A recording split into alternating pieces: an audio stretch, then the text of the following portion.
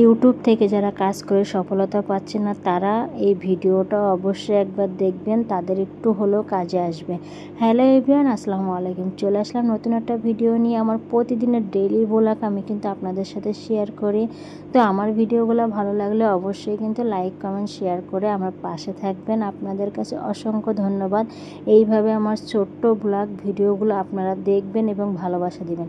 তো আজকে কিন্তু চলেন একটু গরুর মাংস রান্না করে আলু দিয়ে। যেহেতু রমজান পড়ে গেছে, সবসময় কিন্তু আমাদের বেশিরভাগ গরুর মাংসটা ভুনা খাওয়া হয়।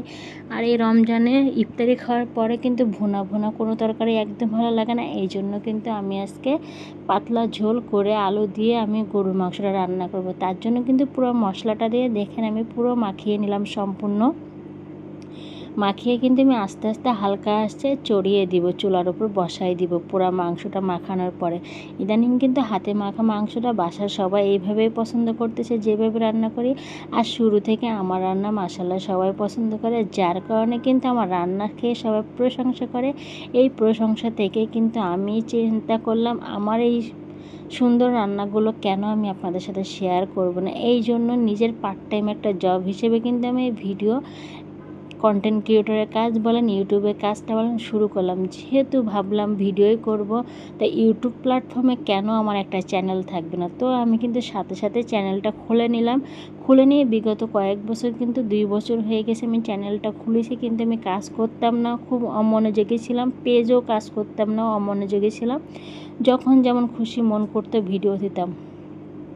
কিন্তু একটা সময় মনে হলো না, এখান থেকে কিন্তু সবাই সফলতা পাচ্ছে। আর যেহেতু আমি একটা গৃহিণী, আমার দ্বারা বাইরে কাজ করা, শিক্ষিত হওয়ার পরেও কিন্তু বাইরে কাজ করতে যাওয়া সম্ভব না, কারণ সবার পরিবেশটা কিন্তু এক থাকে না। যেহেতু আমাদের মাঝাবি পরিবেশ, সেহেতু কিন্তু আমি বাইরে যেয়ে কাজ করা আমার পক্ষে সম্ভব না। আর বিয়ের পরেই কিন্তু বাচ্চা কাচ্চা সামাল দিতে দিতেই কিন্তু একটা বাইরে চাকরি করার মতন এনার্জি কিন্তু থাকে না। তাই ঘরে বসে ভাবলাম এই জিনিসটা আমিও করি। তো সেই হিসেবে কিন্তু আমি আমার এই ডাউন পেজটা, ইউটিউব চ্যানেলটা কিন্তু প্রচুর ডাউন ছিল, কোনো ফলোয়ারও ছিল না, খুব একটা ছিল 20-50টা হাতে গোনা ছিল, এইভাবে আমার ছিল না। তো আমি কিন্তু রেগুলার এই একটা মাস যখন আমি কাজ করতেছি, তখন আমি দেখতেছি আমার ফলোয়ারও কিন্তু, এই সাবস্ক্রাইব কিন্তু বাড়তেছে এবং লাইক কমেন্ট আর ভিউজও কিন্তু প্রচুর বাড়তেছে। আগে কিন্তু লং ভিডিওতে আমার ভিউজ থাকতো না, কিন্তু এখন কিন্তু মাশাআল্লাহ আপনাদের দোয়ায় প্রচুর ভিউজ আসে আমার। তো এই জন্য বলবো, যারা ইউটিউবে কাজ করতে আসছেন তারা হতাশ নিয়ে কখনোই চলে যাবেন না। হ্যাঁ, ইউটিউব হচ্ছে একটা ভিডিও প্ল্যাটফর্ম, যেখানে আপনি কিছু ভিডিও বানিয়ে কিন্তু একটা সময় কোনো না কোনো ভিডিও আপনার ভাইরাল হবে এবং কোনো না কোনো ক্ষেত্রে কিন্তু আপনি মনিটাইজেশন অন করতে পারবেন। এখান থেকে কিন্তু আর্নিং করতে পারবেন। যেহেতু আপনি একটা গৃহিণী, আপনি তো ফেসবুক ইউজ করেন, ইউটিউব ইউজ করেন, তো এটা যদি আপনি এইভাবে কাজে লাগান তাহলে কিন্তু ভালো লাগবে।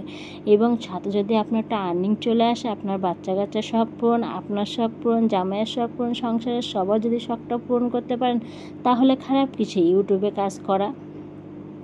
তো দেখেন আমি কিন্তু সারাদিনে রান্নাবান্নার কাজগুলো শেষ করে, আমি কিন্তু যে রান্নাটা কিন্তু আমার 3-4 রকমের হয়, ইফতারিও থাকে, কিন্তু আমি একটা রান্না ভালোভাবে ভিডিও করে ওটাই কিন্তু আপনাদের সাথে শেয়ার করি। 10টা রান্না হাবিজাবি ভিডিও দিয়ে আপনারা সম্পূর্ণ ভিডিওটা বুঝতেও পারবেন না, এই জন্য একটা রান্নাই দিয়ে দেয়। তো আমরা যারা কাজ করতেছি তাদেরকে বলবো, তারা অবশ্যই ধৈর্য ধরে কাজ করবেন এবং প্রতিনিয়ত কাজ করবেন। আল্লাহ হাফেজ, ভালো থাকবেন সবাই, সাবস্ক্রাইব করতে ভুলবেন না।